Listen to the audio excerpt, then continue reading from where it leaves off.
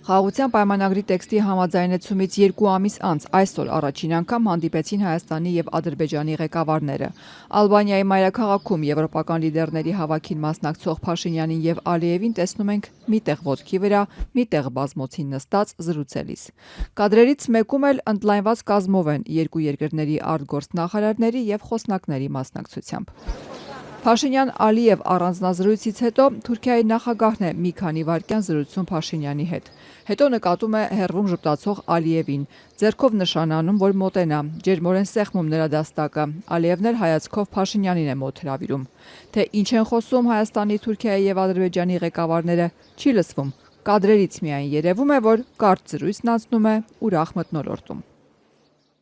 Փաշինյան-Ալիև հանդիպումից հետո պաշտոնական Երևանը հաղորդեց միայն, որ երկուստեք կարևորվել է Հայաստան-Ադրբեջան խաղաղության համաձայնագրի տեքստի համաձայնեցումը։ Կողմերը քննարկել են ընթացիկ վիճակը եւ կարևորել ստորագրման ուղղությամբ գործընթացի շարունակականությունը։ Առաջընթացի կամ ստորագրման ուղղությամբ կոնկրետ պայմանավորվածության մասին ոչ մի խոսք։ Եվրոպական քաղաքական համայնքի գագաթնաժողովի շրջանակում վարչապետ Փաշինյանը մի շարք այլ հանդիպումներ է ունեցել։ Մասնավորապես Եվրամիության արտաքին գործերի եւ անվտանգության քաղաքականության հարցերով բարձր ներկայացուցիչ Կայա Կալասի հետ կառավարության փոխանցմամբ մտքեր են փոխանակել նաեւ հայ-ադրբեջանական բանակցային գործընթացի վերաբերյալ եւ կարեւորել խաղաղության համաձայնագրի ստորագրումը։ Կայա Կալասը այսօր ավելի վաղ լրագրողների հետ ճեպազրույցում ասել էր, թե Ադրբեջանը եւ Հայաստանը շատ մոտ են խաղաղության համաձայնագրի ստորագրմանը։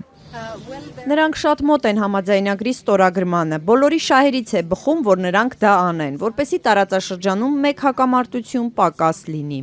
Ու մինչ Երևանը պատրաստ է շուտափույթ ստորագրել համաձայնագիրը, Բաքուն տեքստի համաձայնեցումից հետո պնդում է նախապայմանները։ Հայաստանի սահմանադրության փոփոխություն, որում տարածքային պահանջ են տեսնում եւ Ղարաբաղյան հարցով տասնամյակներով զբաղված ԵԱՀԿ Մինսկի խմբի լուծարում։ Երեկ ուշ երեկոյան ադրբեջանցի լրագրողն էր փորձում Փաշինյանից մի քանի հարց ճշտել, այդ թվում սահմանադրության վերաբերյալ։ Հայաստանի վարչապետը ասաց, որ նոր սահմանադրության նախագիծը առայժմ պատրաստ չէ, շեշտելով Հայաստանի գործող սահմանադրությունում չկա տարածքային պահանջ որևէ հարևանի նկատմամբ, եւ խաղաղության պայմանագրի երկրի հիմնական օրենքին համապատասխանության հարցը կարող է որոշել միայն երկրի սահմանադրական դատարանը պայմանագրի ստորագրումից հետո։ Азербайджанская сторона поднимает вопросы о том, что Հիմա ադրբեջանական կողմը հարցեր է բարձրացնում այն մասին, որ իբր Հայաստանի սահմանադրությունը տարածքային պահանջներ է պարունակում Ադրբեջանի նկատմամբ։ Եթե այս մտահոգությունները անկեղծ են, ապա այս խնդիրը լուծելու ամենակարճ ճանապարհը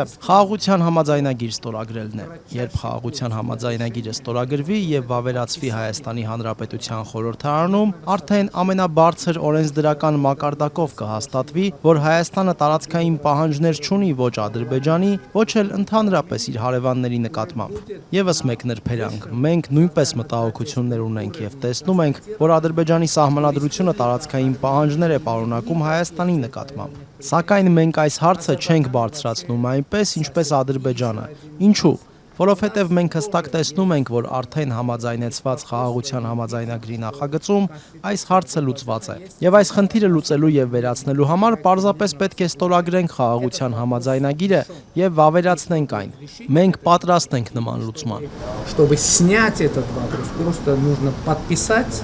мирное соглашение и ратифицировать. И мы готовы пойти на такое решение. Ներկայացնելով պաշտոնական Երևանի դիրքորոշումը ԵԱՀԿ Մինսկի խմբի լուծարման վերաբերյալ Փաշինյանը կրկնեց. Երևանը պատրաստ է Ադրբեջանի հետ այս հարցով ԵԱՀԿ-ին դիմել խաղաղության պայմանագրի ստորագրման հետ միաժամանակ։ То есть